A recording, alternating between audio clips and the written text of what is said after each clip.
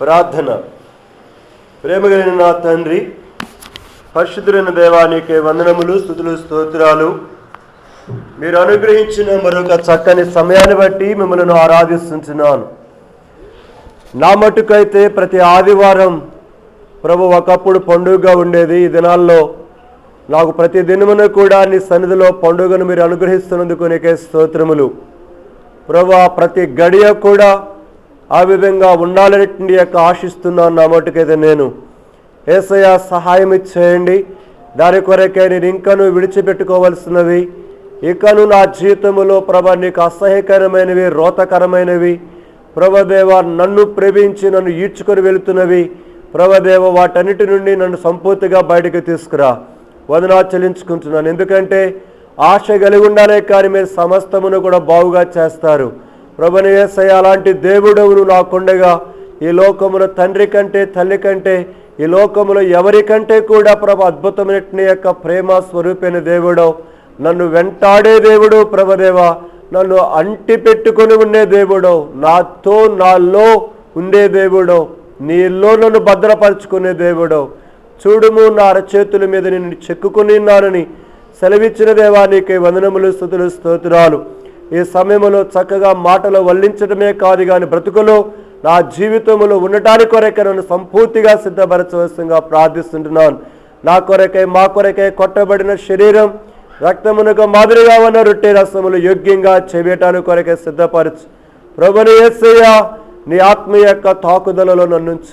నీ కొరక ఇంకనూ నేను ఏమి చేయబడవలసి ఉన్నదో దానంతటి కొరకే నన్ను సంపూర్తిగా సజీవ యాగముగా నా జీవితాన్ని కూడా నీ బలిపీఠం మీదకి తీసుకొస్తున్నాను. ప్రభు అరికాలం వరకు నడినెత్తి వరకు ప్రతి దినము కూడా ఆ బలిపీఠం మీద ప్రతి క్షణము కాల్చబడటానికి సహాయం చేయండి. మీరు వచ్చేంత వరకు, నేను చచ్చే వరకు వదినా చెల్లించుకుంటే ఇంకా రక్షణ మారు మనసు లేకుండా వస్తున్న వారందరి కొరకు ప్రార్థిస్తున్నాను. సహాయం చేయండి. మీ ఆత్మీయ యొక్క తాకుదలలో ఉంచవలసిందిగా ప్రార్థిస్తూ బలహీనను కూడా జ్ఞాపకం చేసుకుంటూ నువ్వు నాకు ఇచ్చిన వాగ్దానమును బట్టి నీకే స్తోత్రాలు. మరొకసారి యెహెజ్కేలు 2:1, అలాగే ప్రభు యెహెజ్కేలు ప్రభు 33:22, అలానే యెషయా 51:16 నా పక్షం కోరుకుంటున్నాను. వదనా చెల్లిస్తూ నా ప్రభును నా రక్షకుడు యేసుక్రీస్తు ప్రభు వారి యొక్క శక్తి కలిగిన నామమున వందనములు చెల్లించి ప్రార్థిస్తున్నాను తండ్రి, ఆమేన్.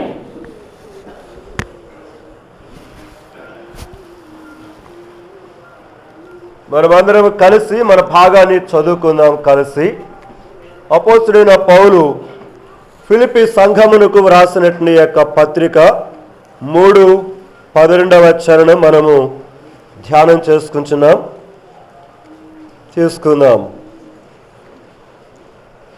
అపోస్తలుడైన పౌలు ఫిలిప్పీ సంఘములో ఉన్న విశ్వాసులకు రాస్తున్న పత్రికలో 3:12 మనం అందరము కలిసి చదువుకుందాం. ఇదివరకే నేను గెలిచి తిని ఆయనను, ఇదివరకే సంపూర్ణ సిద్ధి పొంది తిని ఆయనను నేను అనుకొనటం లేదు గాని నేను దేని నిమిత్తము క్రీస్తు యేసు చేత పట్టబడితునో దానిని పట్టుకొని పరిగెత్తుచున్నాను. నాతో చెప్పండి చివరి మాటలు. నేను దేని నిమిత్తము క్రీస్తు యేసు చేత పట్టబడితును దానిని పట్టుకొనవలనని పరిగెత్తుచున్నాను.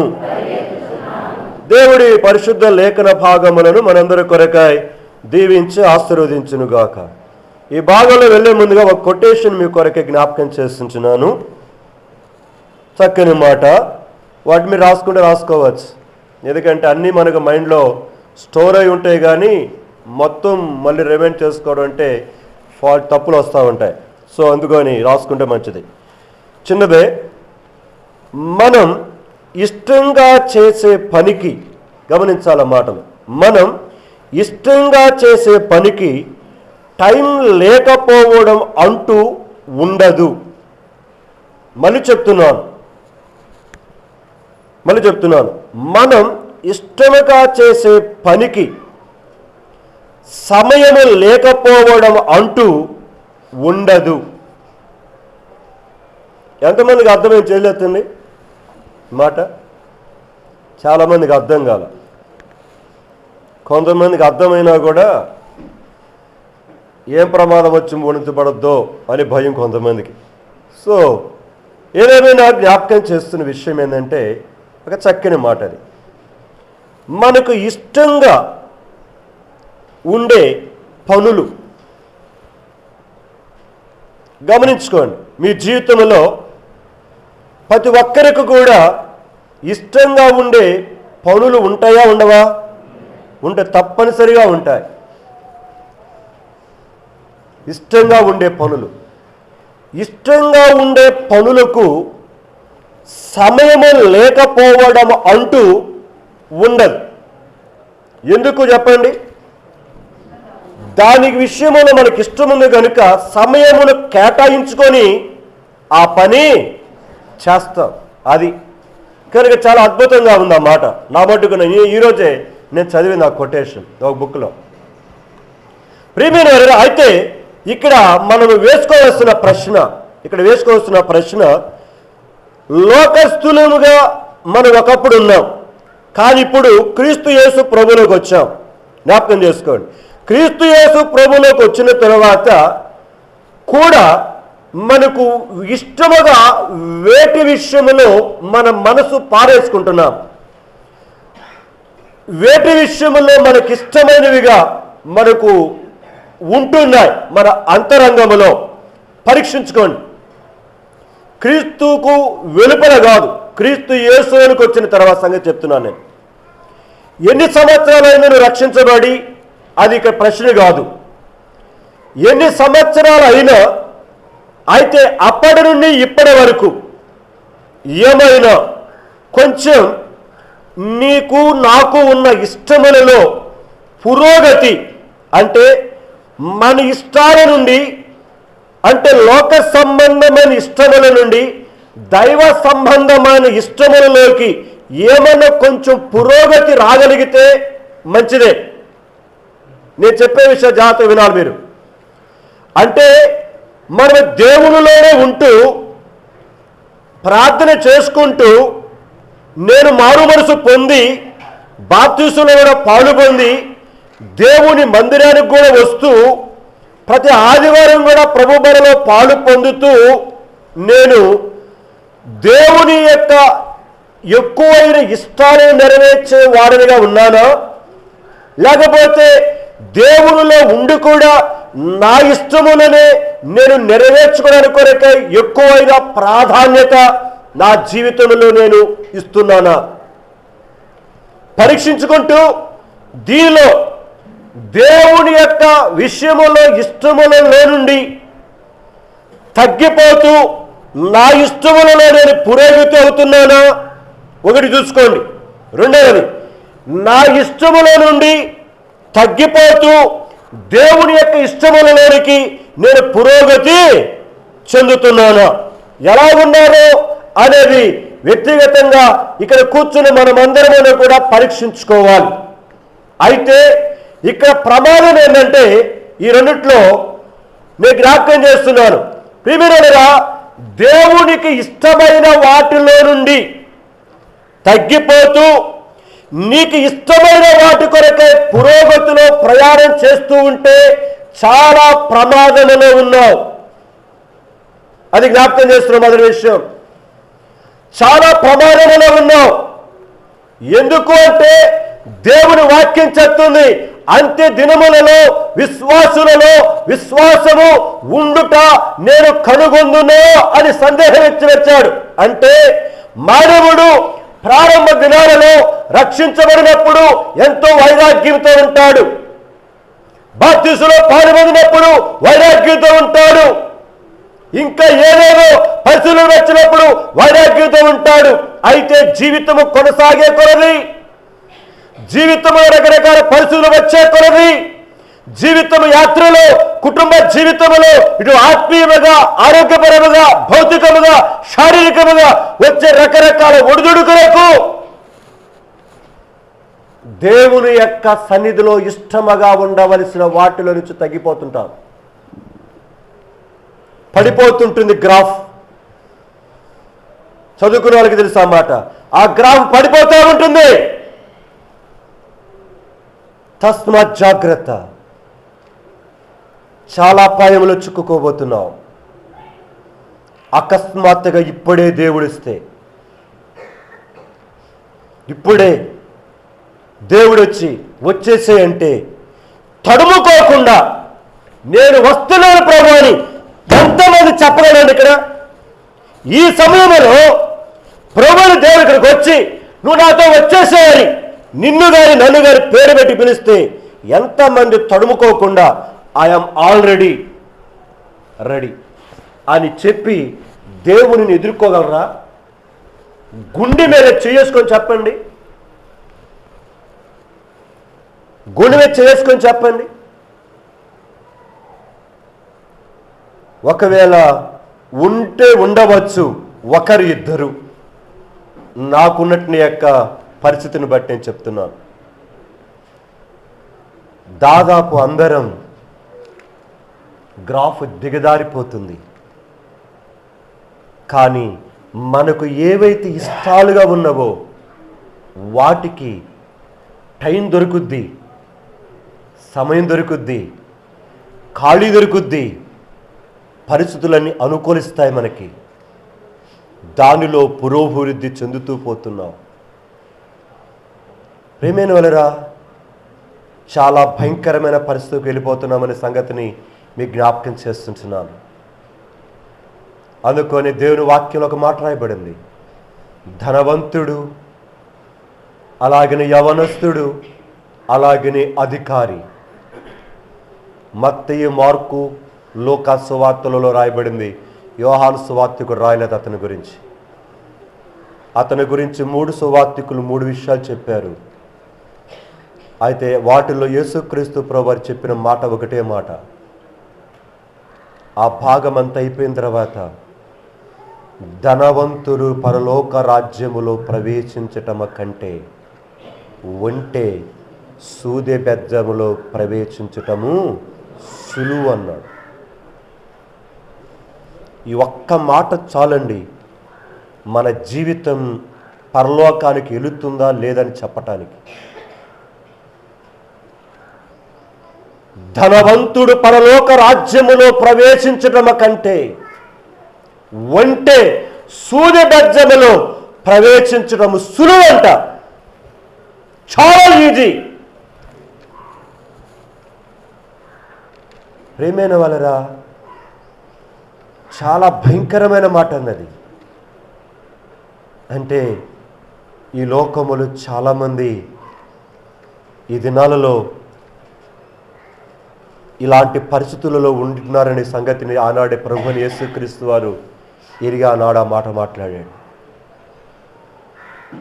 కాలక్రమేణా మన జీవితంలో దేవుని కొరక ఇష్టమైన వాటి విషయములో మన జీవితంలో సమయమును తీసుకొని దానిని మన జీవితంలో చేయవలసిన వారంగా పోయి మనకేమైతే ఇష్టముగా ఉంటున్నావో వాటి కొరకే సమయమును మన జీవితంలో ఉండక మానకుండా పోవటం లేదు. దానిలోనే పడిపోయి వెళ్ళిపోతున్నాం. నువ్వు ఎవరవో నాకు తెలియదు. దేవుడు నా మనసులో పెట్టాడు ఈ మాటలు. నేను విన్నాను ఈ మాటలు, అందుకని మీకు చెప్తున్నాను. ప్రియమైన సహోదరి సహోదరుడా, తస్మాత్ జాగ్రత్త. ఒకటి నేర్చుకో, ఈ లోకములో సమస్తమును పోగొట్టుకొని కూడా దరిద్రుడివై పరలోక రాజ్యములో ప్రవేశించటం కంటే గొప్పది ఏదీ లేదు.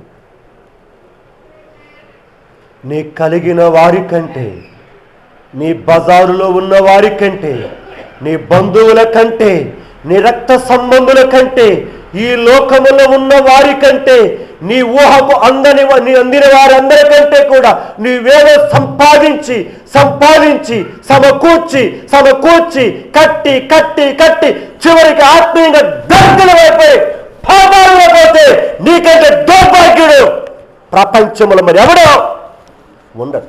జ్ఞాపకం చేసుకో. అందుకని చెప్పాడు, ధనవంతుడు పరలోక రాజ్యంలో ప్రవేశించడం కంటే ఒంట సూర్యుడి మధ్యలో ప్రవేశించడమో మేలు. అందుకొని వాక్యంలో రాయబడింది, ఒకవేళ నీ శరీరములో నీ కన్ను అభ్యంతరపరుచుచు ఉంటే రెండు కన్నులు కలిగి పరలోక రాజ్యములో నరకంలో పోవడం కంటే ఒక కన్ను ఊడబెరికి ఒంటి కన్నుతోటి పరలోక రాజ్యంలో పోవటం నీకు శ్రేయస్కరమని చెప్పారు. ప్రియమైన ఎందుకు చెప్తాడు మాట? దేవుడు రాక సమీప దినాలు ఉన్నా నీకు భయమే, నీ ఆడలేంటో, నీ పాడలేంటో, నీ తిరుగులేని జీవితంలో, నీ దీస్తులేని జీవితంలో జాగ్రత్త. విడిచిపెట్టబడ్డావంటే నీ స్థితి మామూలుగా ఉండదు. ఆ ధనవంతుడు పాతాళములో నరక యాతన పడుతున్నాడు. ఒక రోజు కాదు, 2 రోజులు కాదు. వాడికి తెలియక దేవుడి గురించి, వాడికి తెలియక ధర్మశాస్త్రుడి గురించి, వాడికి తెలియక అబ్రహాముడి గురించి తెలిసేవాడికి బాగా తెలుసు. ఏమి చేస్తుందోలే, నేను పరలోకానికి పోకుండా ఎక్కడ పోతానులే అని ముందే ధైర్యం ఈనాడు కొంతమంది క్రైస్తవుల జీవితంలో వెంటాడుతుంది. ప్రియమైన వాళ్ళరా, దేవుని యొక్క సన్నిధానములో మన జీవితముల విషయములో మనలను ఎప్పటికప్పుడు ఆయన ఆయత్తపరచుచు మనలను సంసిద్ధపరచటానికి కొరకాయ ఆయన ఏదో ఒక విధముగా మనతో మాట్లాడుతూనే ఉన్నాడు, సంధిస్తూనే ఉన్నాడు. చెవి యొగ్గి ఆలకిస్తున్నావా? ఆత్మ సంఘములతో చెప్పుచున్న మాట ఏంటట? చదవండి ఆ మాటలు. ప్రకటన గ్రంథం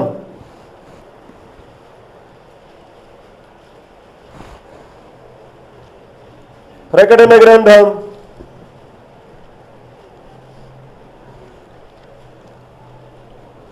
ఆయన చాలా చోట్ల ఉన్నాయి.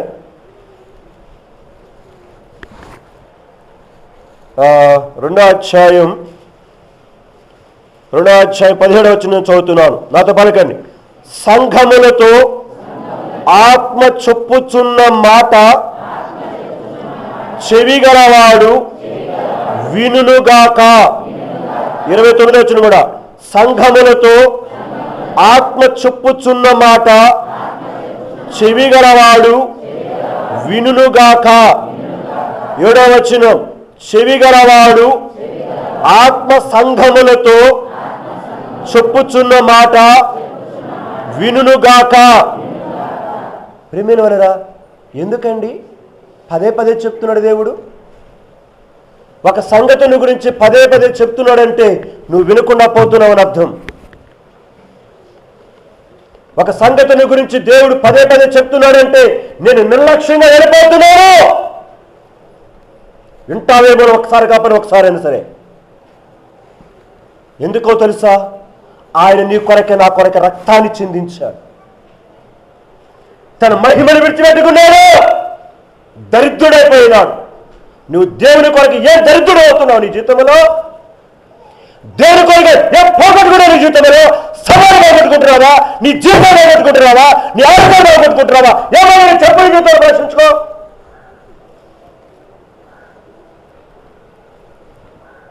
అవసరం ఉంటే వస్తావు, లేకపోతే లేదు మందిరానికి. సమయం ఉంటే వస్తావు, లేకపోతే మందిరానికి. మన సహోదరుడు చెప్తున్నాడు నాకు, నేను ఇంతమంది ఆలోచించాను ఆ విషయం, అయినా మళ్ళీ జ్ఞాపకం చేస్తున్నాను. బ్రదర్ అన్నాడు, తనకునే ఆలోచన మంచిదే, కానీ దేవుడు నాతో మాట్లాడుతూ వచ్చిన విషయాన్ని వేరు. అన్న, ప్రతిరోజు మీటింగ్ పెడుతున్నావు, బాగానే ఉంది, కానీ ఇంటికి వెళ్ళి మళ్ళీ కుటుంబ ప్రార్థన, మళ్ళీ నా వ్యక్తిగతమైన యొక్క ప్రార్థన చేసుకొని వాక్యం చదువుకోవడానికి టైం దొరకట్లేదు కదా అన్నాడు. నేను వెంటనే ఒక ప్రశ్న వేశాను. రోజుకి ఎన్ని గంటలు అన్నాను? ఎన్ని గంటలు చెప్పండి గట్టిగా? 24 గంటలు. 24 గంటల దశం భాగం ఎంత? 2:40 నిమిషాలు. 2 గంటల 40 నిమిషాలు. మందిరం ఎంతసేపు గడుపుతున్నాం చెప్పండి? 8 నుంచి 9:30 కదా? 8 నుంచి 9:30. కొంతమంది అరగంట వచ్చేవాళ్ళు ఉన్నారు, కొంతమంది గంట వచ్చేవాళ్ళు ఉన్నారు, కొంతమంది 1:30 ఉండేవాళ్ళు ఉన్నారు. ఇది రకరకాలు. ఇప్పుడు 1:30 ఇంకా దేవుడికి ఎంత ఇవ్వాలి? గంట 10 నిమిషాలు లెక్కేసుకో. గంటలు ఇక్కడ గడుపుతున్నాం మందిరంలో, గంట 10 నిమిషాలు ఇంటి దగ్గర ఇస్తున్నావా? మొత్తం లెక్కేసుకోండి అని చెబుతూ ఇంకో మాట కూడా జ్ఞాపకం చేశా. గతంలో నేను మందిరంలో చెప్పాను, ఒక దైవజనుడు చెప్పిన మాట మళ్ళీ జ్ఞాపకం చేస్తున్నాను. తనతో అన్నాను, ఒక సేవకుడు ఏమన్నాడంటే, జీవితంలో నీకు సమయం దొరికితే మందిరానికి రావటం కాదు, నీకు సమయం దొరికితే బైబిల్ చదువుకోవటం కాదు, నీ పనులను అయిపోయిందా సమయం దొరికితే ప్రార్థన చేసుకోవటం కాదు, నీకు సమయం దొరికితే కుటుంబ ప్రార్థన చేసుకోవటం కాదు, దేవునికి సమయం ఇచ్చిన తర్వాత నీకు సమయం ఉంటే పని చేసుకో, లేకపోతే ఏడు అన్నాడు. నన్ను బాగా తాకిందన్నమాట. మళ్ళీ చెప్తున్నాను ఈ విషయం.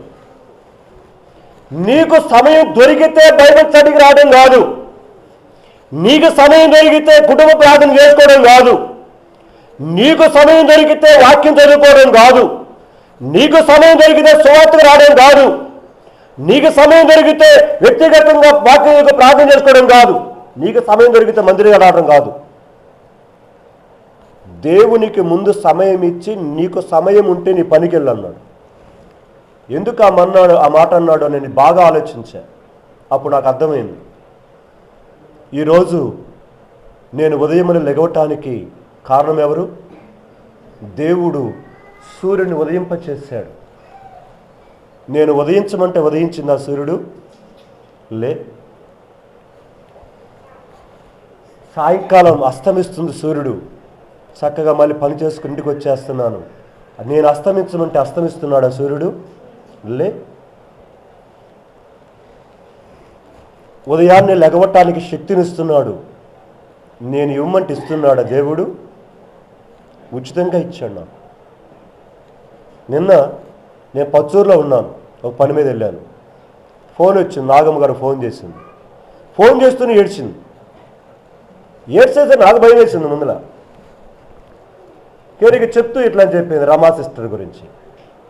మొన్న శనివారం నీకు శుక్రవారం మందిరానికి వచ్చింది. నిన్న ఉదయం పూటనే అక్కడ మీటింగ్, అక్కడ ప్రార్థన చేసుకున్నారు కొంతమంది అనంతలక్ష్మి ఇంటి దగ్గర. రాత్రికి వచ్చారు, ఫోన్ వచ్చింది. నేను భయపడవాక ఏడవాక అని చెప్పేసి ప్రార్థన చేసి ఫోన్లోనే ముగించేసి నేను వెళ్తున్నాను, ప్రార్థన చేయ బ్రదర్ మందులు చెప్పండి.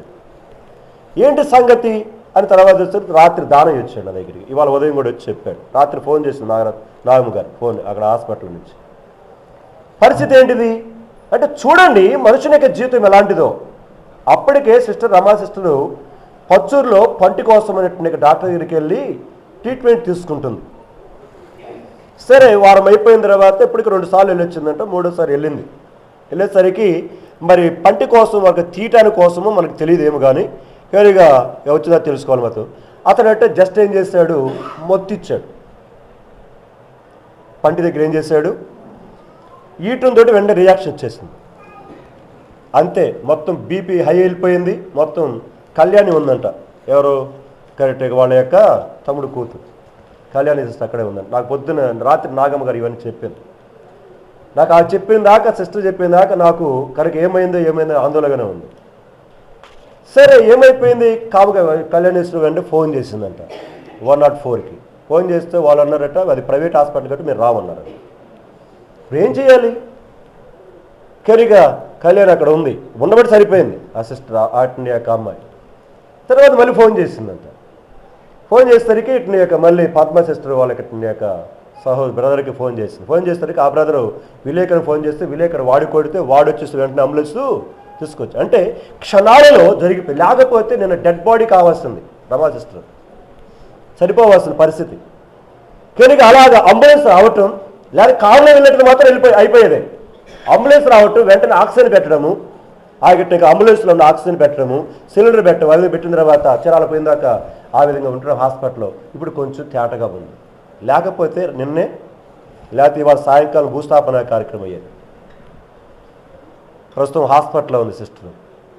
అంటే నేను ఎందుకు చెప్తానంటే మీకు ఇది కాకమ్మ కథలు కాదు, కళ్ళ ఎమ్మట చూస్తున్న దృశ్యాలు,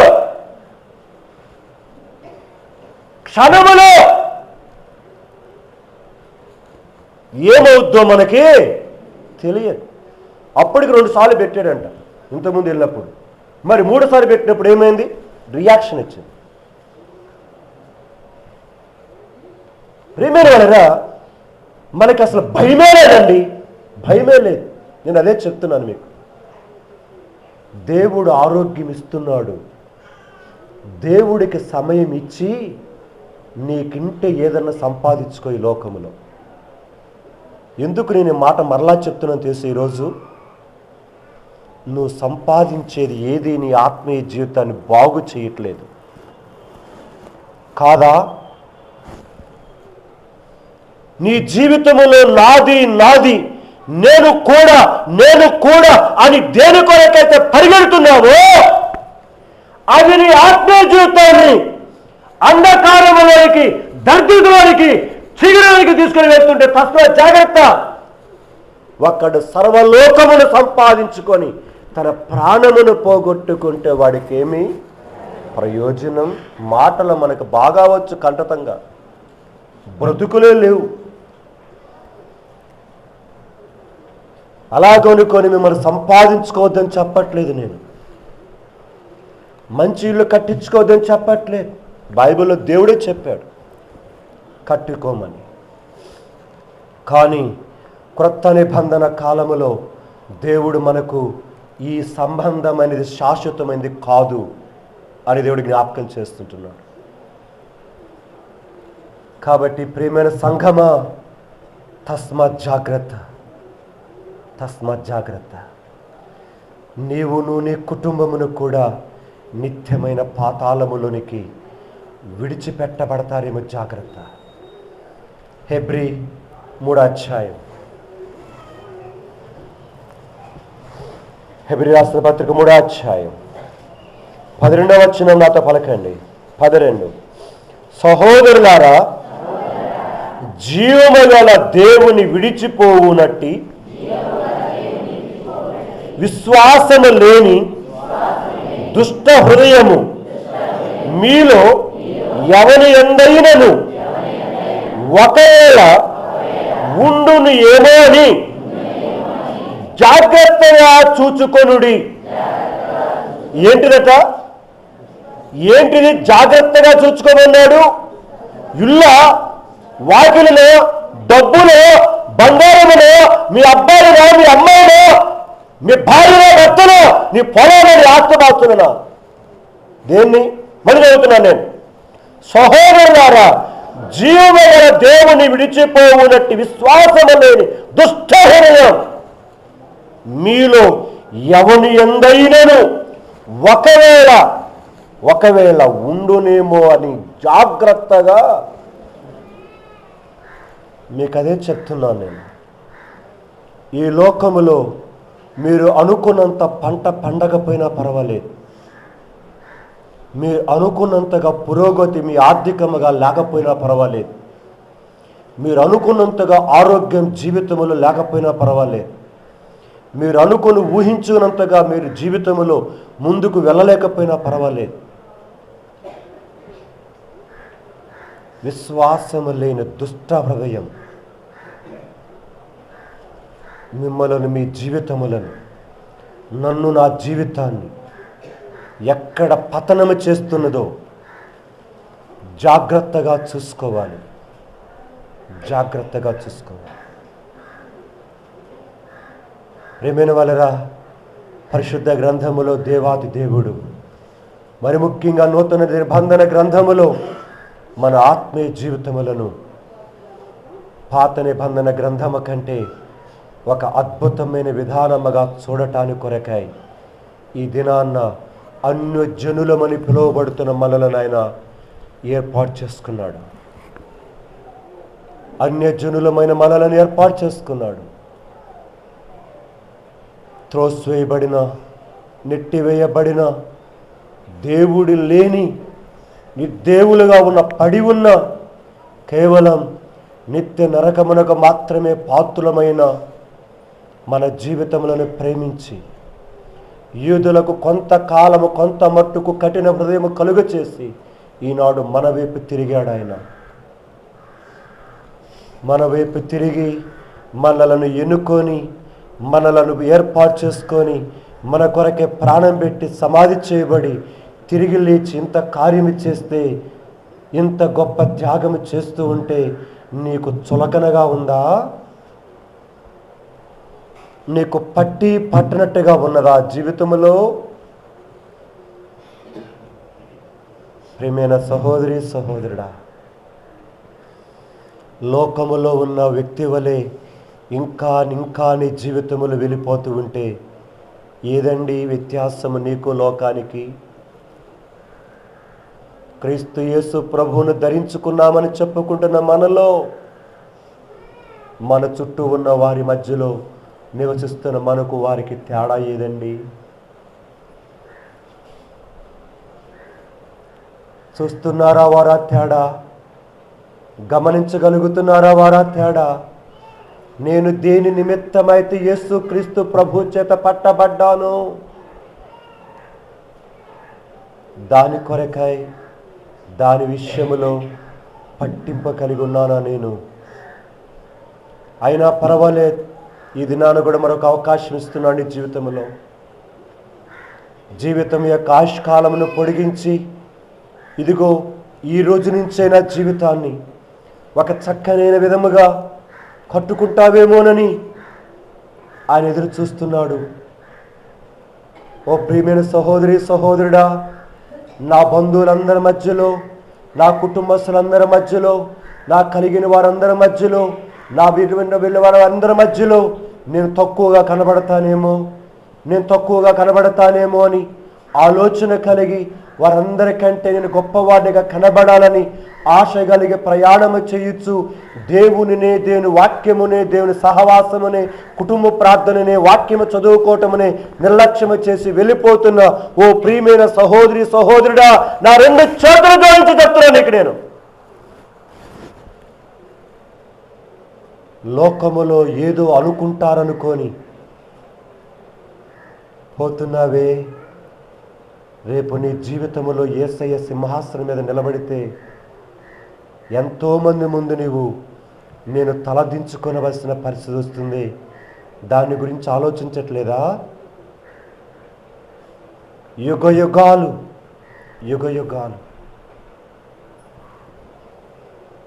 ఈ లోకములో అన్నదమ్ముడి కంటే, నా తోడు కోడల కంటే, నీ యొక్క కలిగిన వారి కంటే నేను ఏ విషయంలో కూడా తక్కువ ఉండకూడదు అని లోక సంబంధంగా ఆలోచించుకుంటూ పోతూ ఉంటే నీ జీవితంలో మిగిలేది సున్నా. కానీ ఇలాగ ఆలోచించు, నీ కలిగిన వారి కంటే, నీ రక్త సంబంధుల కంటే, నీ తండ్రి ఇంటి వారి కంటే, నీ అత్తగారింటి వాళ్ళ కంటే, యూట్యూబ్ కంటే కూడా నేను హై పొజిషన్లో రావాలి. దేనిలో తెలుసా? ఆత్మ సంబంధముగా దేవునిలో, ప్రార్థనలో, విశ్వాసములో, దేవుని కొరకు ఇచ్చే విషయములో, సువార్త విషయములో, అనేకుల కొరకు నా జీవితాన్ని ఇచ్చే విషయములో హై స్టేటస్లో ఉండాలి. ఆలోచిస్తున్నావా? లేకపోతే అది ఆలోచిస్తున్నావా?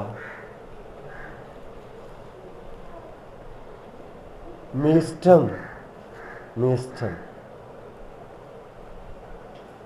మీరు ఎన్ని రకాలుగా మీ మనసులలో ఆలోచించుకుంటున్నారో నాకు తెలియదు. కానీ దేవుడి ఆత్మ చేత ప్రేరేపించబడి ఈ మాటలు మీ మధ్యలో జ్ఞాపకం చేస్తుంటున్నాను. మనకు ఇష్టమైన పని విషయములో సమయము లేదని మనము చెప్పలేము. మనకిష్టమైన పని విషయములో తప్పక సమయాన్ని మనము కలిగి ఉంటాం. అయితే ప్రశ్న, ఆ ఇష్టమైన పని ఏది? నిన్ను పరలోక రాజ్యము కొరకై నిన్ను అత్యధికునిగా, ఐశ్వర్యవంతునిగా చేసే ఆ ఇష్టమా?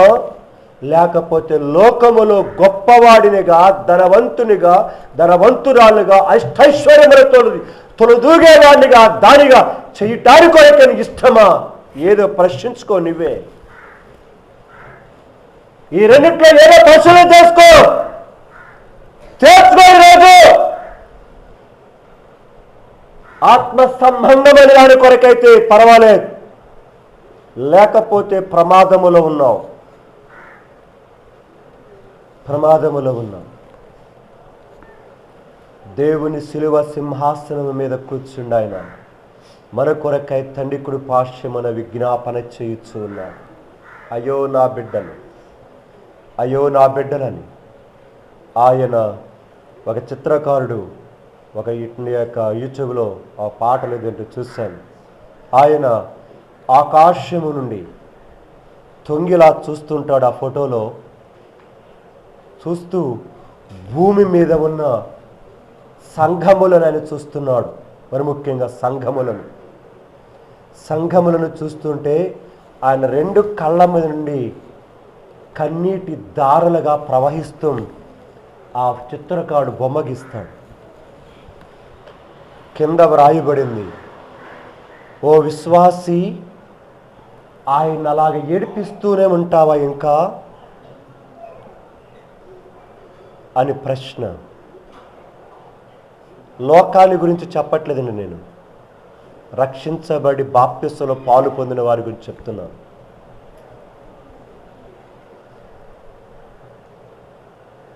మన జీవితములను ఒక్కసారి పరీక్షించుకొని లోపలికి వెళ్దాం, అంతరంగములోనికి. అవసరమైతే నీకున్న దేనినైనా సరే త్యాగము చేసుకొని ఆయన కొరకై జీవించగలగటానికి సిద్ధమా? అందుకని యేసుప్రభు అన్నాడు, ఒకడు తన తండ్రినైనను, ఒకడు తన తల్లినైనను, ఒకడు తన భర్తనైనను, ఒకడు తన భార్యనైనను, ఒకడు తన బిడ్డలనైనను, ఒకడు తన కన్నదములనైనను, అక్కచెల్లెలనైనను, తన కలిగినది మరి ఏదైనాను నా కొరకు విడిచిపెట్టుకోకపోతే వాడు నాకు శిష్యుడు కానే కాడు. ఖచ్చితం, దీంట్లో సందేహమే లేదు.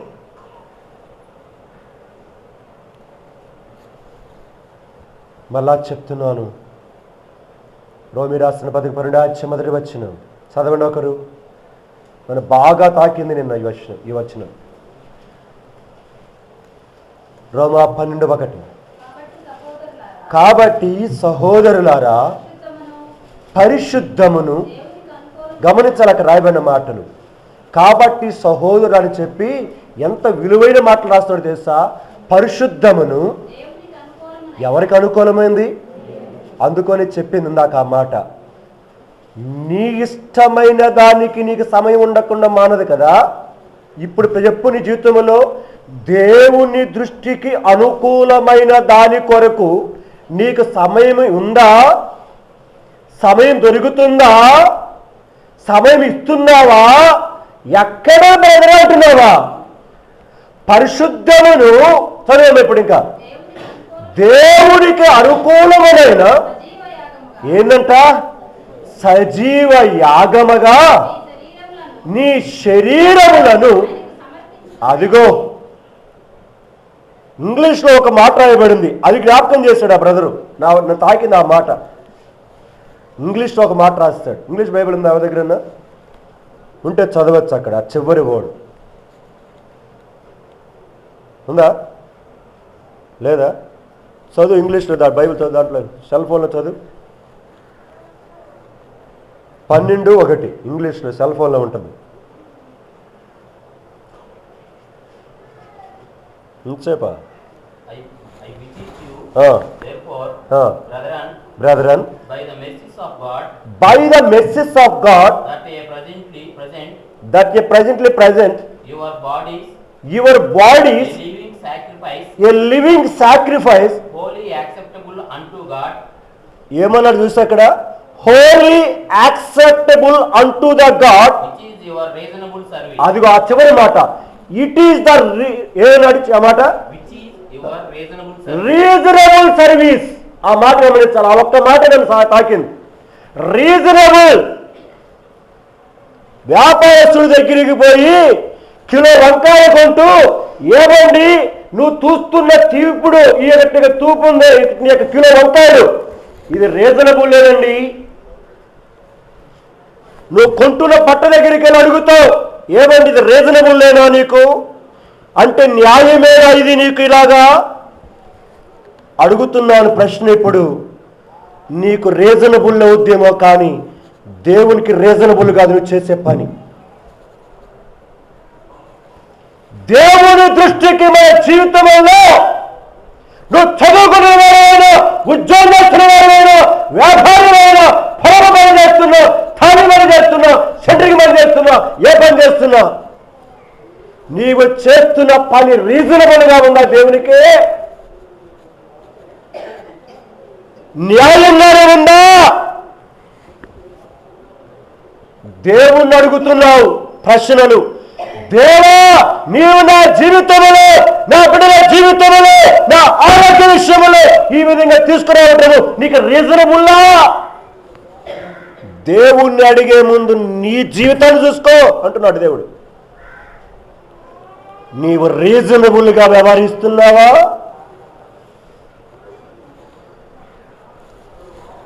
ప్రియమైన వాళ్ళరా, రీజనబుల్గా ఉందా నీ ప్రార్థన? రీజనబుల్గా ఉందా నువ్వు దేవుని మధ్య మందిగా రావటం? రీజనబుల్గా ఉందని వాక్యం చదువుకోవటం? రీజనబుల్గా ఉందని కుటుంబ ప్రార్థన? రీజనబుల్గా ఉందని సువార్త?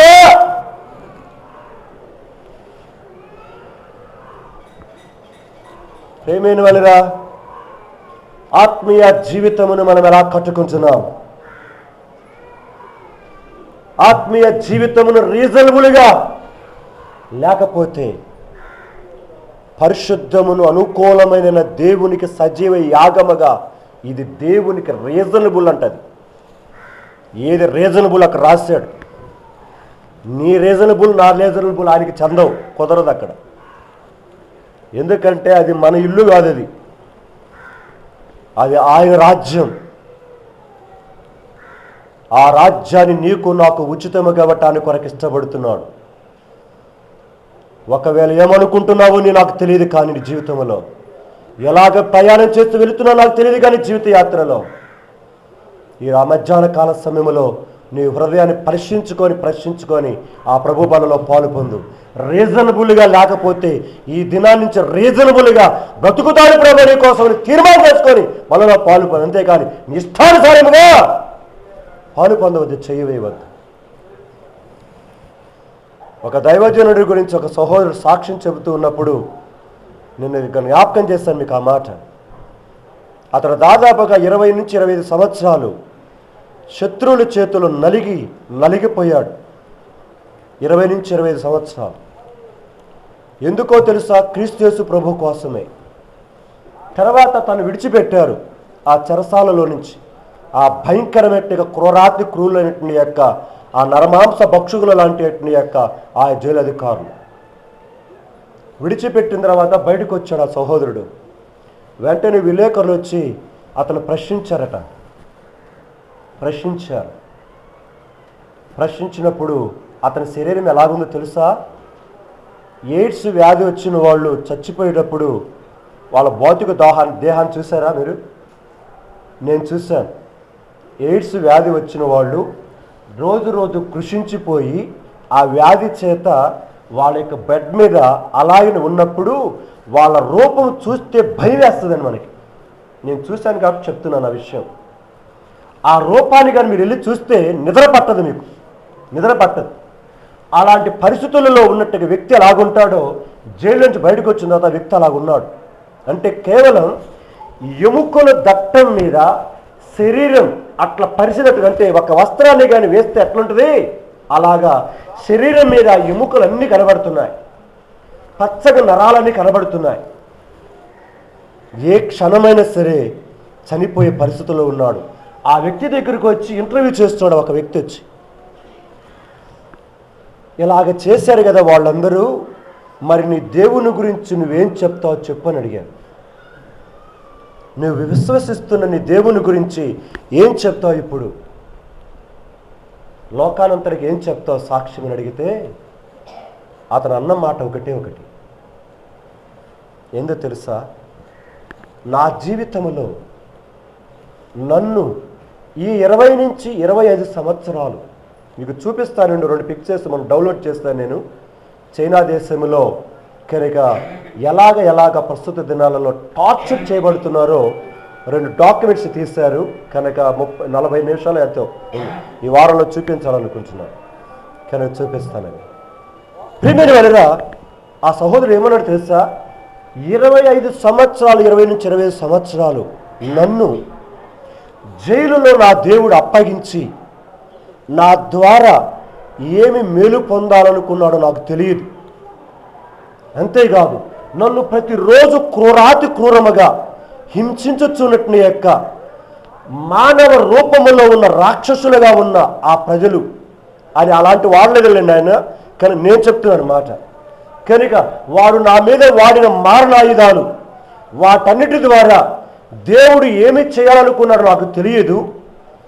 చివరికి నా శరీరం ఇలాగ అయిపోతూ ఉన్నా కూడా నా దేవుడు నన్ను ఏమి చేయాలనుకున్నా నాకు తెలియదు, కానీ నా దేవుడు మాత్రం మంచి దేవుడే అన్నాడు. చెప్పగలవా మాట ధైర్యంగా? వెంటనే ఇంటర్వ్యూ చేస్తున్న విలేకరు కళ్ళెమ్మట నీళ్లు పడ్డాయి. తన దేవుణ్ణి దూషించలేదు. ఎందుకో తెలుసా అతను ఆ మాట అన్నది? నాకు మరుక్షణం ఏమవుతుందో నాకు తెలియదు, కానీ 20 నుంచి 25 సంవత్సరాలు జైల్లో నన్ను ఏం చేశాడు? కాపాడుతూ వచ్చాడు కదా. ఇంతకంటే గొప్ప దేవుడు ఎవడైనా ఉంటాడా ప్రపంచంలో? చెప్పండి విలేకరి గారు. నా యేసయ్య సజీవుడు. ఆ విధముగా ఆ వ్యక్తి 25-28 సంవత్సరాలు జైల్లో ఉండి అనేక వందల మందిని క్రీస్తు వైపుగా నడిపించాడు. బయట చేయలేని కార్యాన్ని భయంకరమైన కమ్యూనిస్ట్ నాయకుల హృదయాన్ని కదిలించాడు చెరసాల జైల్లో. 25 సంవత్సరాలు అలాగుండి బయట చేయలేని పరిచర్య జైల్లో చేశాడు. చివరికి ఏమీ చేయలేక విడిచిపెట్టేశాడు. ఏదండి నీ క్రైస్తవ జీవితం? నా దేవుడు నాకు అన్యాయమే చేయలేదు, నా దేవుడు మంచివాడు. My God is good God. చెప్పగలవా గుడిని ధైర్యంగా చేసుకొని? నా దేవుడు మంచివాడు. నాకు ఇష్టమైన వచనాలు అదే వచనం. యోబు గ్రంథం చాలాసార్లు చూపించాను మీకు వచనం. యోబు గ్రంథం నేను ఎక్కడికి వెళ్ళినా కూడా ఆ మాట ఎక్కువగా వాడుతుంటాను నేను అనేకుల దగ్గర. 34 నాకు చాలా ఇష్టమైన బైబిల్ గ్రంథంలో వచ్చిన కొన్ని అందులో ఇది ఒకటి. 34:10 వచ్చిన నా వెనకాల పలకండి. విజ్ఞానం గల మనుష్యులారా నా మాట ఆలకించుడి, దేవుడు అన్యాయము చేయుట అసంభవము, సర్వశక్తుడు దుష్కార్యము చేయుట అసంభవము. ఇప్పుడు 12 కూడా, దేవుడు ఏ మాత్రమును దుష్కార్యము చేయడు, సర్వశక్తుడు న్యాయము తప్పడు. ఈ మాట నాకు నరనరాలు ఎప్పుడు చాలా ఇష్టమైన మాట ఇది. నా దేవుడు అదే మాట చెప్పాడు ఆ సహోదరుడు కూడా. నా దేవుడు న్యాయవంతుడండి. ఎలా న్యాయవంతుడే? నీకు 25 సంవత్సరాలు 20 సంవత్సరాలు క్రూరాతి క్రూరంగా అధికారంగా నడినెత్తే వరకు క్రూరంగా హింసించారు నిన్ను. అవును, అయినను నేను బ్రతుకున్నాను కదా, చచ్చిపోయినా కూడా దేవునికి వెళ్ళగలిగేవాడిని కదా. అందుకొని నా దేవుడు ఎవరు? మంచి దేవుడు. బతుకున్నాను కదా, అందుకొని నా దేవుడు మంచి దేవుడు. చనిపోతాను కదా, పరలోక రాజ్యానికి వెళ్తాను, అందుకొని నా దేవుడు మంచి దేవుడు. ప్రేమైన వారా, కొంచెం తక్కువ అయితే ఎంత మూతి ముడుచుకుంటామండి మనం. కొంచెం తక్కువ అయితే.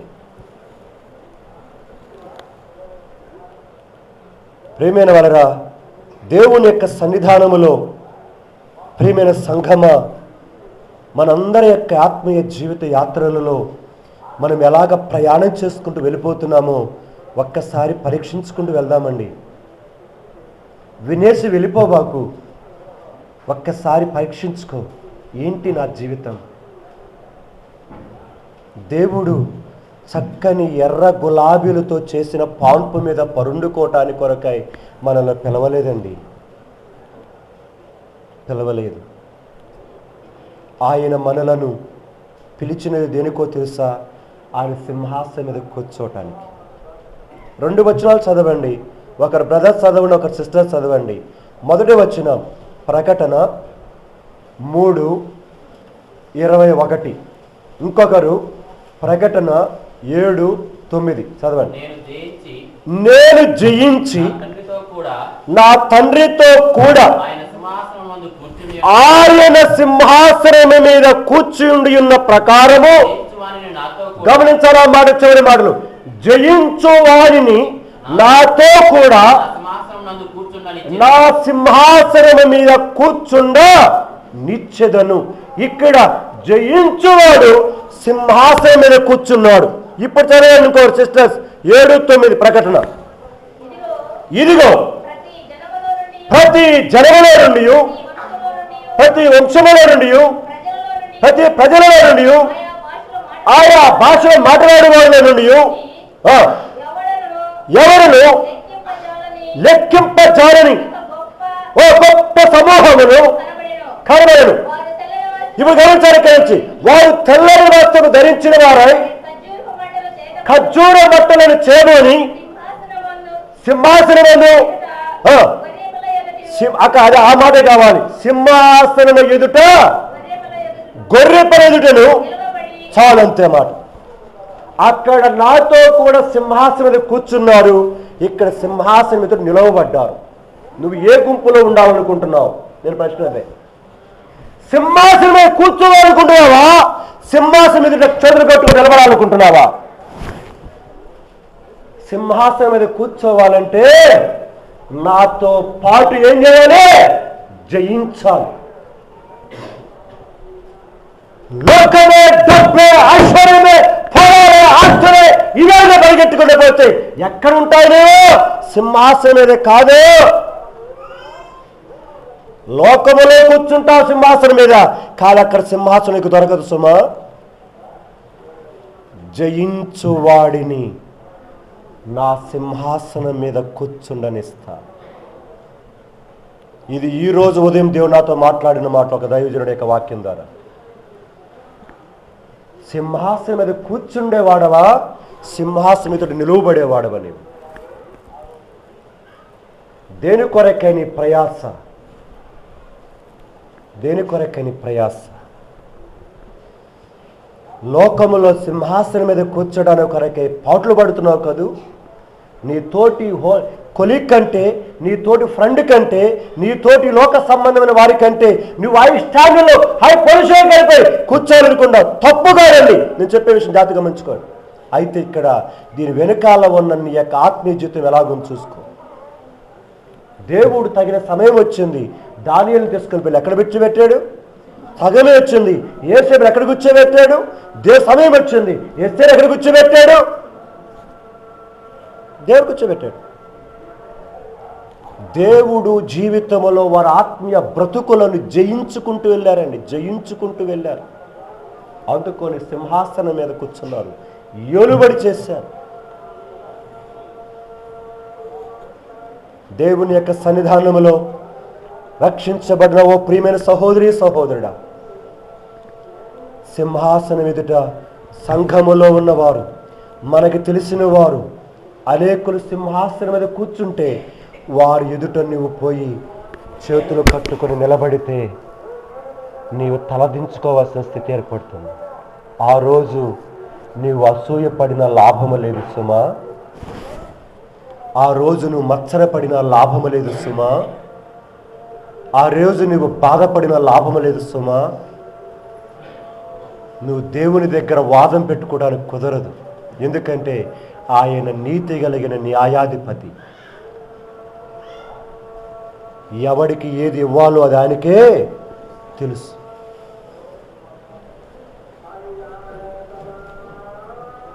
ప్రేమైన వాళ్ళరా, మన ఆత్మీయ జీవితాన్ని కూడా జాగ్రత్త కాపాడుకుందాం. ఇప్పుడు దాకా ఇదంతా ఉపాద్ఘాతమే, అసలు వాక్యంలోకి వెళ్ళంతవరకు. నాలో పెట్టిన భారం అండి. ఎందుకంటే నాకు ఏమైతే దేవుడు ధైర్యపరుస్తున్నాడో అవి చెప్పకుండా నేను ఉండలేను. అందుకొని చెప్పేస్తున్నాను హృదయంలో. ఎందుకంటే ప్రయోజనకరమైనది ఏది నేను దాచుకోలేదన్నాడు. ఎవరు? ఎక్కడ చదువుదాం ఆ మాట నన్ను ఎప్పుడు తాకుద్ది. అపోస్తుల కార్యముల గ్రంథం 20వ అధ్యాయములో ఎఫెసీ సంఘములో ఉన్న పెద్దలను పిలిపించి వారందరూ కూర్చోబెట్టి మాట్లాడుతున్నాడు ఒక మాట. అపోస్తుల కార్యముల గ్రంథం 20వ అధ్యాయం 20వ వచనం. మరి ఇప్పుడు నాతో పలకండి మాటలు వెనకాల. మరియు ప్రయోజనకరమైనది ఏది దాచుకొనక బహిరంగముగాను ఇంటింటను మీకు తెలియచేయుచు బోధించుచు. చాలా అంతవరకు. దేవుడు నాకేమైతే ఇస్తున్నాడో ప్రయోజనకరమైనది ఏదియో నేను దాచుకోవట్లేదు. నేను బోధిస్తున్నాను, ఇంటింటికి వెళ్ళి చెబుతున్నాను. నా ఆశ కూడా అదే. దాన్ని దాచుకుంటే నేను ఒక్కనే మేలు పొందుతాను, చెబితే అందరూ మేలు పొందుతారు. నేను చదువుతున్నవి వింటున్నవి మీకు చెప్పాలి ఆశ అంతే. ప్రేమైన వలరా పరిశుద్ధమైన గ్రంథం మన కొరకాయ సిద్ధపరుచుతున్న స్వాస్థ్యం ఈ ప్రపంచములో బిల్ గ్రేట్స్ కూడా లేనట్టు నీకు స్వాస్థ్యం అండి. వారన్ బఫెట్ తనకు లేని స్వాస్థ్యం మనకిచ్చాడు. ప్రేమైన వారరా మన భారతదేశంలో కుబేరైన ముఖేష్ అంబానీకి లేని యొక్క భాగ్యాన్ని దేవుడు నాకు ఇవ్వడానికి ఇష్టపడుతున్నాడు, నీకు ఇవ్వడానికి ఇష్టపడుతున్నాడు. వారు లోకములోనే కుబేరులు, కానీ మనం ఈ ప్రపంచమంతటి మీద కుబేరులం కాబోతున్నాం. నువ్వు ఆలోచిస్తే, నీ ఆలోచన సరళ మార్చుకోగలిగితే దేవుని కొరకాయ పరలోక రాజ్యములో నీవు నేను కూడా సమకూర్చుకోగలుగుతాం. వాడాబారని అక్షయమైన నిర్మలమైన అద్భుతమైన యొక్క ఆ స్వాస్థ్యమును మన జీవితంలో ఒకరోజు కౌగిలించుకుంటున్నప్పుడు ఆనంద బాష్పాలు రాలుతాయి.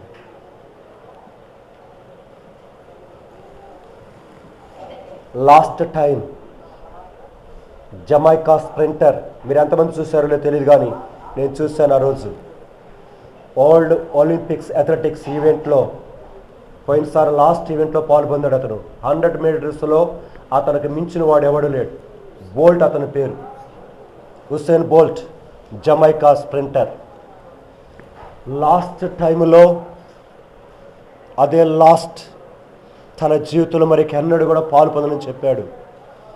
ఆ దినమున అతడు ఓడిపోయినప్పుడు అతని ముఖం చూడాలి.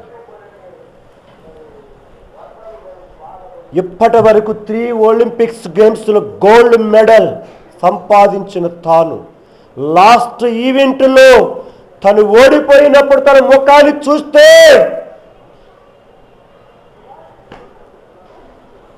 ఆ బాధ వర్ణనాతీతం. ప్రేమైన సహోదరి సహోదరుడా, నేను ఎందుకు ఆ హుస్సేన్ బోల్ట్ని జ్ఞాపకం చేశానంటే, లోకములో అతని కంటే వేగముగా పరిగెత్తేవాడు లేడని చెప్పిన అదే వ్యక్తి చివరి ఈవెంట్లో తన జీవితంలో ఓడిపోయాడు. ఓడిపోయినప్పుడు ఎంత బాధపడ్డాడో. నువ్వు పరిగెడతాను, నేను కూడా స్వతంత్రించుకుంటాను, పరలోక రాజ్యానికి వెళ్తాను, నేను తప్ప ఇంకెవడు పరిచూసుకుంటాడు అనుకొని ఈ లోకములు విర్రవీగి విర్రవీగి చివరికి ఓడిపోతే హుస్సేన్ బోల్ట్ కంటే తల దించుకోవాల్సిన స్థితి వస్తుంది. అలాగ ఉండటానికి కొరకై నేను ఏర్పాటు చేసుకోలేదు దేవుడు. అందుకొని ఈ 2018 సంవత్సరం ఈ మార్చి మాసం ఇదిగో ఈ యొక్క 4వ తారీఖు వరకు దేవుడు కాపాడుతూ వచ్చాడు. ఇకనైనా దేవుని కొరకై, దేవుని మార్గములలో ప్రయాణించేటానికి కొరకై సింహాసనం మీద కూర్చోటానికి కొరకై ఇష్టపడతావా? ప్రయాసపడదామా? దాని కొరకై పరిగెడదామా? వెనుకున్న వాటిని మరిచి ఏవేవైతే నన్ను పీక్కుతుంటున్నాయో, నన్ను లాక్కుతున్నాయో, నన్ను ఈడ్చుకుంటూ వెళ్తున్నాయో, అందుకని గత రాత్రి మీకు చెప్పాను. ప్రార్థన కూడికి అయిపోయిన తర్వాత లాస్ట్ విషయంలో చివరిసారి అదే చెప్పాను మీకు గత రాత్రి. మీకు నేను లాస్ట్ మీరు ఏం చేస్తారో నాకు తెలియదు, మీరు ఎన్ని గంటలకు వస్తారో చూసుకోండి అని చెప్పాను. దేవుని కొరకై మన జీవితాలను ప్రతి వారము తర్వాత వారం, దినము తర్వాత దినం ఇంకా ఇంకా ఇంకా నేను ముందుకు పరిగెత్తాలి, ఇంకా ముందుకు పరిగెత్తాలి, ఇంకా ముందుకు పరిగెత్తాలని దినదినమును మన జీవితంలో వెళదాం. ఎప్పుడప్పుడు స్టాప్ తెలియదు, ఎప్పుడప్పుడు స్టాప్ తెలియదు. ఆయన పెట్టారంటే నరులారా తిరిగి రండని సెలవీయగా ఉండగలవాడు ఎవడు? నా దేవుడు నేను పెద్ద పిలిస్తే నా జీవితం ఏమవుతుంది? నేను రాను అంటానికి కుదరదు.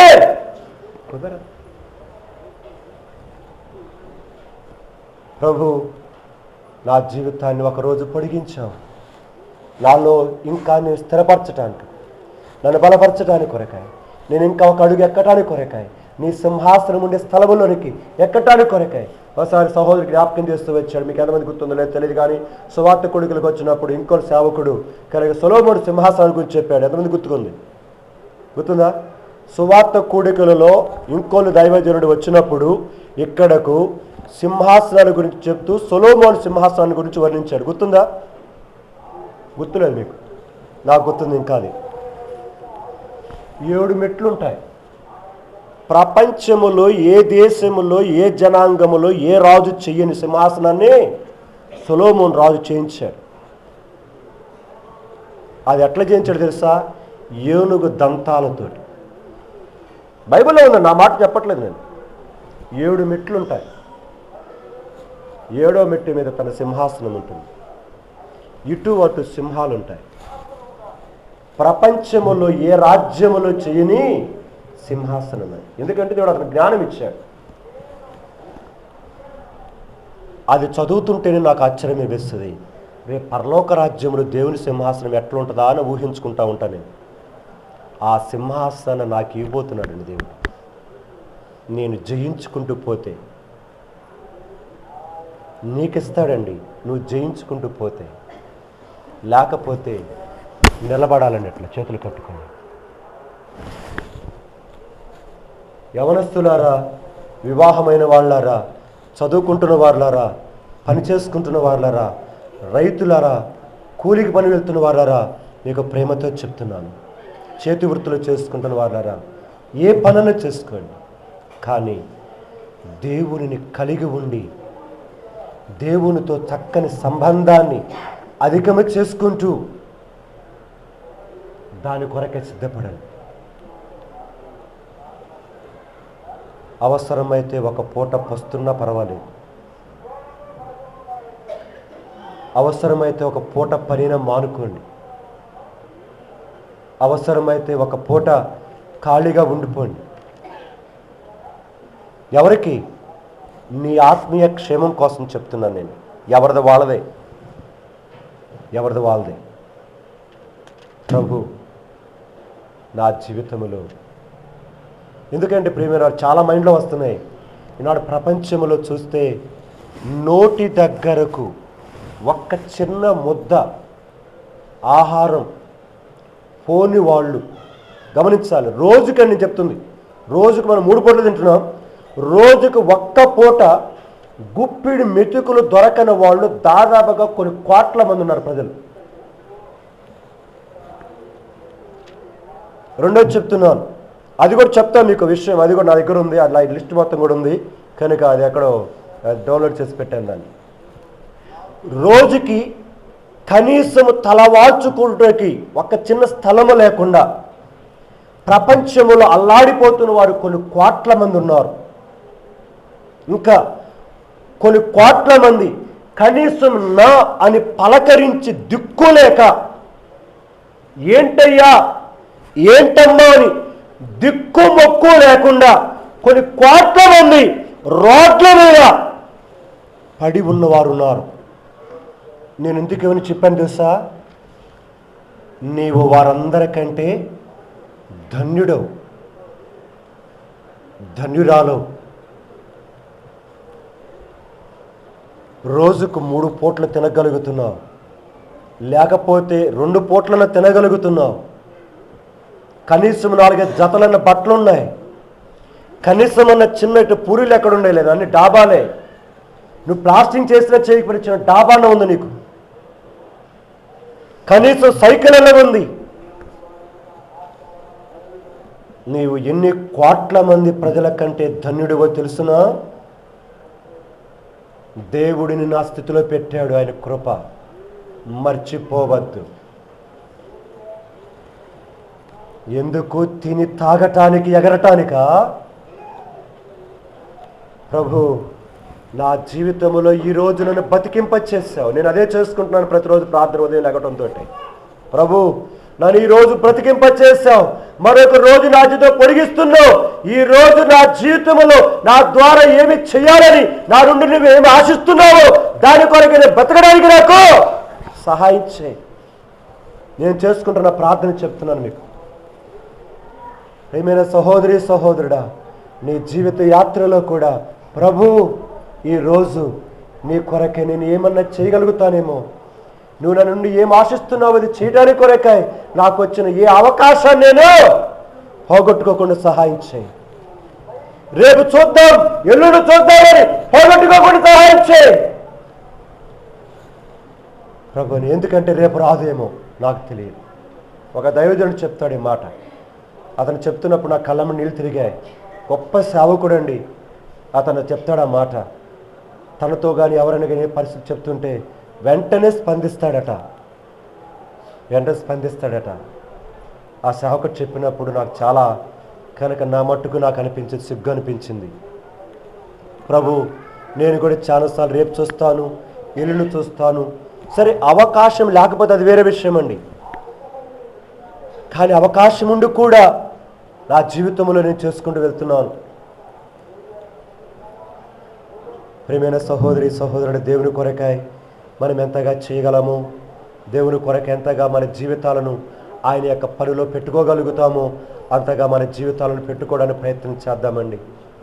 కొన్నిసార్లు మనం అంటుంటాం, కనుక నా భర్త కోసమే నేను బ్రతుకుతున్నానని, నా బిడ్డల కోసమే బ్రతుకుతున్నానని, నా అమ్మ నాన్న కోసమే బ్రతుకుతున్నానని, నా తల్లిదండ్రుల కోసమే బ్రతుకుతున్నానని, నా కలిగిన వారి కోసం బ్రతుకుతున్నానని. మరి నేను అడుగుతున్న ప్రశ్న, మరి నీ దేవుని కొరకు ఎప్పుడు బ్రతుకుతావు? నీ దేవుడి కొరకు ఎప్పుడు బ్రతుకుతావు?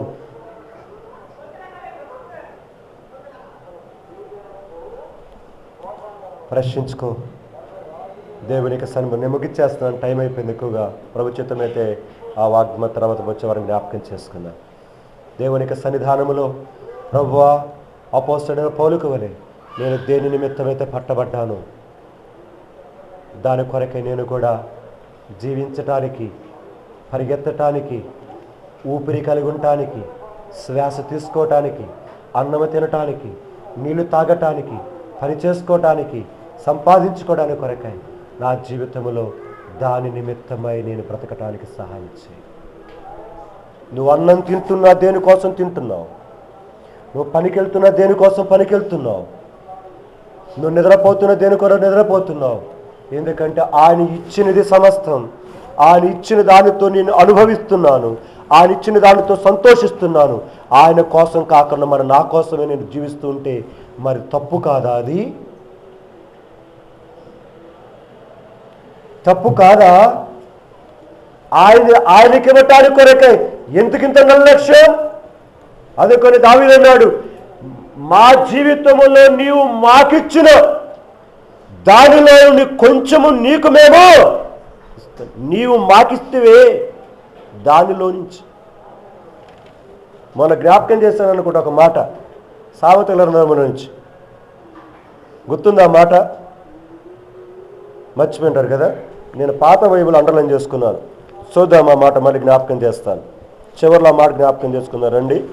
సామెతలు 10వ అధ్యాయము 11వ అధ్యాయములో ఒక మాట మీకు జ్ఞాపకం చేశాను.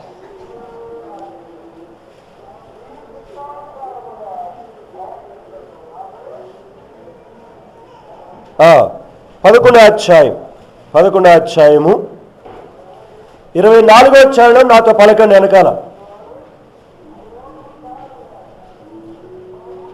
సామెతలు 11:24 నా వెనకాల పలకండి. వెదజల్లి అభివృద్ధి పొందువారు కలరు,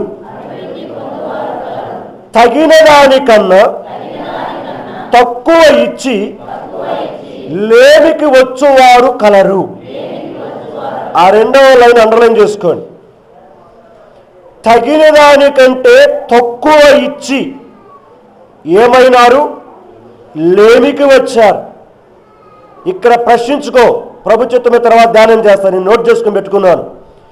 తగిన దానికంటే అంటే నీవు దేవునికి సమయమును, నీ ఆరోగ్యాన్ని, నీ తలాంతులను, నీ డబ్బును, నీ పనిని తగిన దానికంటే, ఇవ్వవలసిన దానికంటే తక్కువగా ఇస్తున్నావు కదా. నీ పనిలోనే పడిపోయావు, నీ వ్యాపారంలో పడిపోయినావు, నీ సంపాదనలో పడిపోయినావు, నీ జీవితంలో పడిపోయినావు.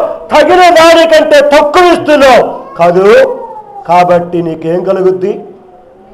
తగిన దానికంటే తక్కువ ఇచ్చి లేమికి వచ్చిన వారు కలరు. ఇక్కడ ప్రశ్నించుకో, తగినది ఎంత దేవునికి? నా జీవితంలో సమయం, నా జీవితంలో నా ఆరోగ్యం.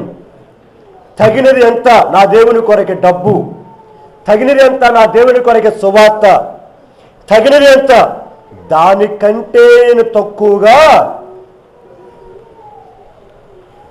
ఇంకేం చెప్పాలండి దేవుడు ఇంతకంటే? ఏ ఏ కోణాల్లో ఇస్తున్నావో ఇంటి దగ్గరికి వెళ్ళిన తర్వాత పుస్తకం రాసుకొని మొత్తం నోట్ చేసుకో. నీకు నోట్ చేసుకుంటే నీకు అర్థమవుతుంటుంది ప్రతిదీ. గ్రాఫ్ గీసుకో. చదువుకునే వాడికి ప్రాముఖ్యంగా చెప్తున్న విషయం, మీ ఇంటికి వెళ్ళిన తర్వాత తగిన దానికంటే నేను ఏమి తక్కువ ఇస్తున్నాను. ఒక పైన హెడ్డింగ్ వేసుకొని ఆ వాక్యం రాసుకొని, నా జీవితంలో నా భర్తతో ఉండే సమయం, నా భర్తతో గడిపే సమయం, మాట్లాడే సమయం, నా పక్కింటి వాళ్ళ దగ్గరికి వెళ్ళే సమయం, నేను మార్కెట్కి వెళ్ళే సమయం, టీవీ దగ్గర కూర్చొనే సమయం, డబ్బులు ఖర్చు పెట్టే సమయం, నేను దేవుని మందిరికి ఇచ్చే సమయం, బయట చదువుకునే సమయం, మొత్తం లిస్ట్ వేసుకో. లిస్ట్ వేసుకుంటే టిక్కులు పెట్టు. ధైర్యం ఉంటే ఇంటికి వెళ్ళి నా చేసి చూడండి. ఈ విషయం తగినంతగా కనీసం ఇస్తున్నానా? తగినంతగానే చెప్తా. కిలో ఉంది వంకాయలు అడిగావు, అర్థమైందా? కిలో వంకాయలు పోయిన తర్వాత వాడు కిలో రాయేసాడు. కిలో రాయేసిన తర్వాత కిలోకి ఏం కావాలి? వంకాయలు రావాలి. కానీ మనం ఏం చేస్తాం? ఇంకొంచెమే అంటాం, అర్థమైందా? ఇప్పుడు వాడు ఆయన యొక్క కిలో రాయి పెట్టి ఇక్కడ పైకి పాత్రలు అనుకో వంకాయలు, ఒక బెత్తిరి పైన ఉంది, ఇటు త్రాసు. ఏముంటుంది నీకు? వేసుకుంటా సంచిలో? ఎందుకు వేసుకో అంటే బెత్తిరి పైన ఉంది, ఇదాని కింద ఉంది, కాబట్టి ఇంకో వంకాయ పడుతుందండి ఏంటంటావు. వాడు చిన్నది ఏరేస్తుంటాడు, నువ్వు ఇంతలా ఏరేస్తావు. నీకు మాత్రం న్యాయం జరగాలి, దేవుడికి మాత్రం నీ ద్వారా అన్యాయం జరుగుతుంది. దేవుడికి అంత దొంగ లెక్కలో ఏ కొలతతో కొలుస్తున్నావో అదే కొలత నీ ఒడిలో తప్పదు. అదే కొలత అండి. మీ అమ్మకు తెలియకుండా, మీ నాన్నకి తెలియకుండా, నీ భర్తకు తెలియకుండా, నీ భార్యకు తెలియకుండా ఓ అనుకుంటున్నావు కదా. నీ కొలత బాగా తెలుసు యేసయ్యకు. నా కొలత బాగా తెలుసు. తగిన దానికంటే అంటే ఇప్పుడు కిలోకి వంకాయలు కనీసం బ్యాలెన్స్ అనే కావాలి, అర్థమైందా? ఇది ఈ బల దగ్గర నుంచి అడుగెత్తులో ఉంది, ఇటు కిలో రాయేసినట్టు తూకం. ఇది కూడా ఎంత ఉండాలి? అడుగెత్తుంటే బ్యాలెన్స్ అయినట్టు లెక్క, అర్థమైందని చెప్పింది. ఒకవేళ బెత్తుల పైన ఉందనుకో తగినంత కాదు, తక్కువ అంటే ఇంకో వంకాయ పడద్ది. తగిన వారికంటే ఎక్కువ అంటే కిందకి రావాలి, అంటే 2 వంకాయలు ఎక్కువ వేసుకుంటాం చూసావా. మన వైపు మాత్రము 2 వంకాయలు ఎక్కువ రావాలి, ఆయనకి మాత్రం పుచ్చిపోయిన వంకాయలన్నీ వేసేసి నువ్వు తీసుకో ప్రభు, చివరిలో పోతారు. కొంతమంది హోటల్ వాళ్ళు ఎక్కడికి? మార్కెట్కి. దేనికి చెప్పండి? ఏంటిది? సూపర్ కూరగాయల కోసం కాదు. చివరిలో వేసి పారేసి ఉంటాయి చూశారు అక్కడ. మొత్తం బస్తా 20 రూపాయలు అంటాడు. ఎత్తుకో మొత్తం. పొద్దున పోతే కిలో 20, ఇప్పుడు బస్తా 20. ఏంటి ఇవన్నీ? మన మోకాలు కూడా పుచ్చిపోయిన వాడు అత్తాడు రేపు. ఎందుకు మన పుచ్చిపోయిన వాడు అతడు? దేనికి? దేవుడు వెర్రాడు అనుకుంటున్నావా? దేవుడు వెర్రివాడు చేద్దాం అనుకుంటున్నావా? దేవుడు నీతి కలిగిన న్యాయాధిపతి. అందుకనే ప్రేమతో జ్ఞాపకం చేస్తున్నాను, దేవుని సన్నిధానములో మన జీవితాలను పరిశీలన చేసుకుని, ప్రభు నన్ను నువ్వు దేని కొరకు ఏర్పాటు చేసుకున్నావు, దాని కొరకే పని చేయటానికి, దాని కొరకే ఆశ కలిగి ఉండటానికి కొరకు నన్ను సిద్ధపరచు. నాకు ఇష్టమైన పని విషయంలో నాకు సమయం అంటూ ఉండకుండా ఉండదు కదా. అలాగనే ఈరోజు నుంచి నీకిష్టమైన పని విషయంలో కూడా నాకును సమయం లేదని చెప్పకుండా నా నోరును కట్టే. నీకిష్టమైన పని విషయంలో కూడా నాకును సమయం ఉన్నది, ఇదిగో నేను ఉన్నాను, నన్ను పంపు అని పిలిచేవాడు, చెప్పేవాడిగా నన్ను సిద్ధపరచని ప్రార్థన చేసుకుంటూ ధైర్యముగా ప్రభు యొక్క శరీరమునకు రక్తమునకు మాదిరిగా ఉన్న రొట్టె రసములో పాలు పొందుదాం. దేవుడి కొద్ది మాటలను దీవించునుగాక. రండి మోకాల మీదకి వద్దాం.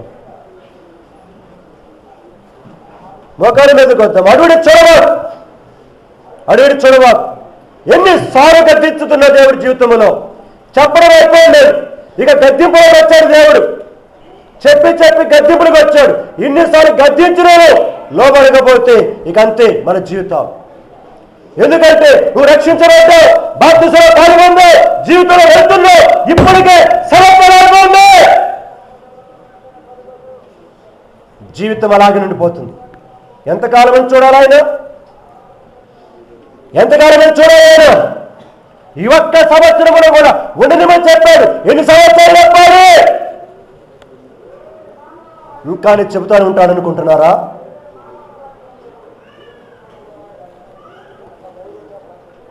ఒక్కసారి లోపలికి అంతరంగంలోకి వెళ్ళి చూసుకో. తగిన దానికంటే ఎక్కువగా వాడబడుతున్నావా దేవుని కొరకు? తగిన దానికంటే తక్కువగా ఉన్నావా? ఎవరికి వాళ్ళకి తెలిసింది.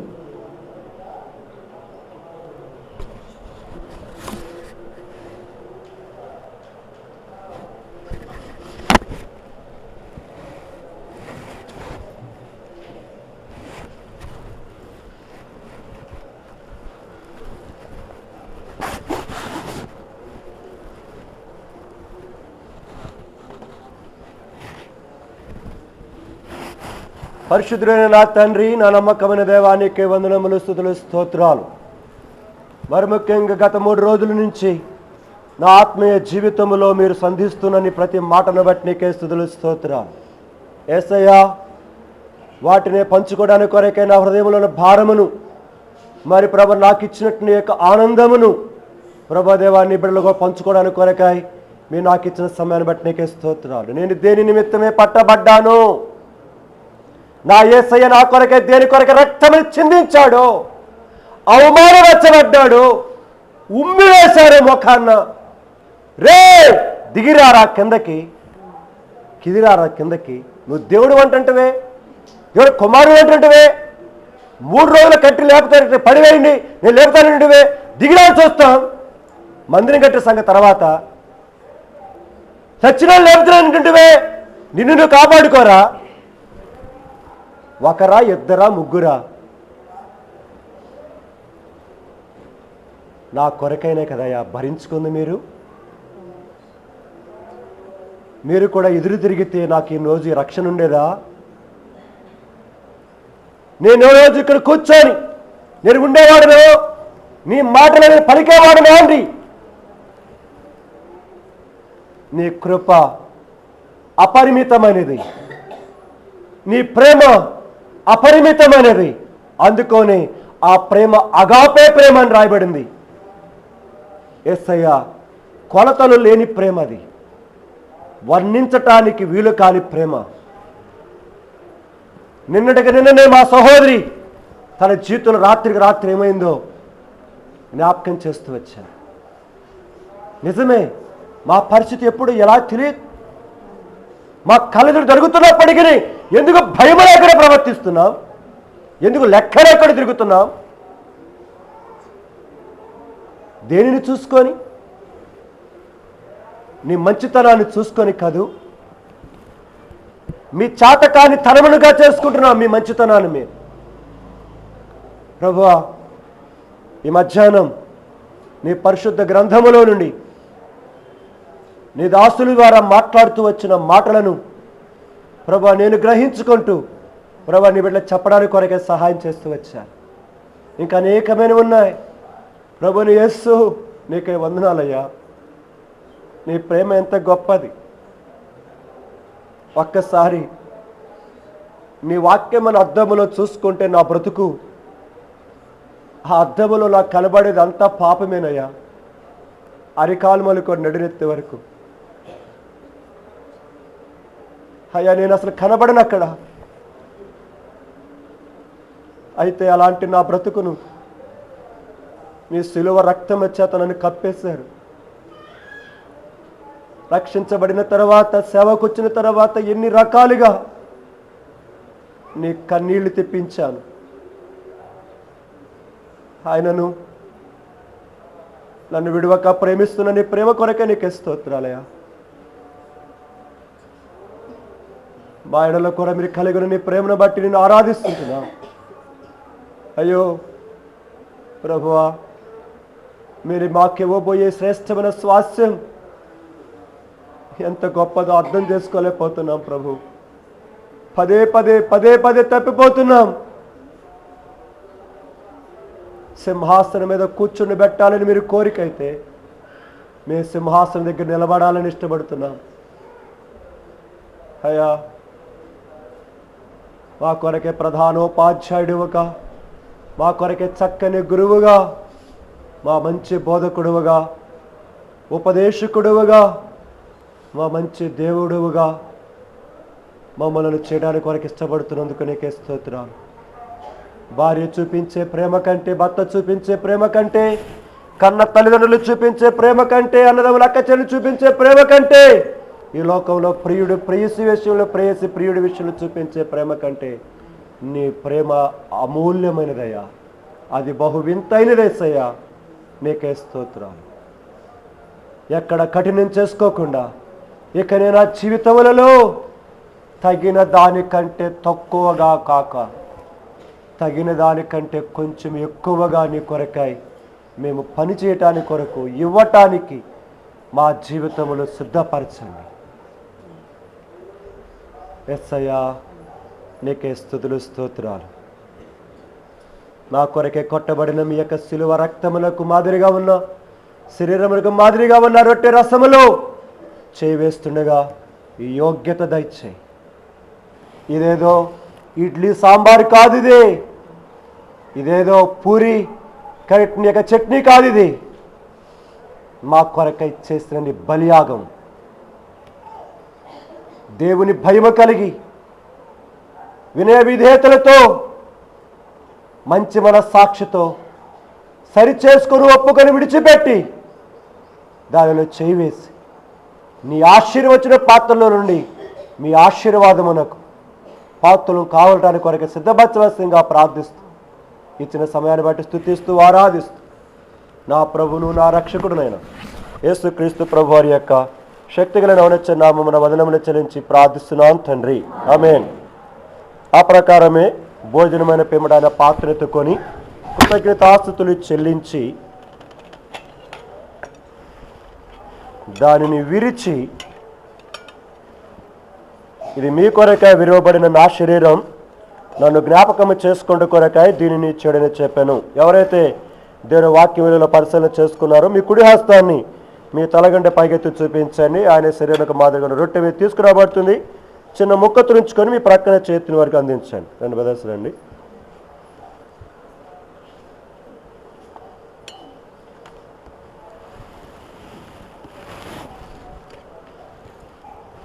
ఉన్నారా?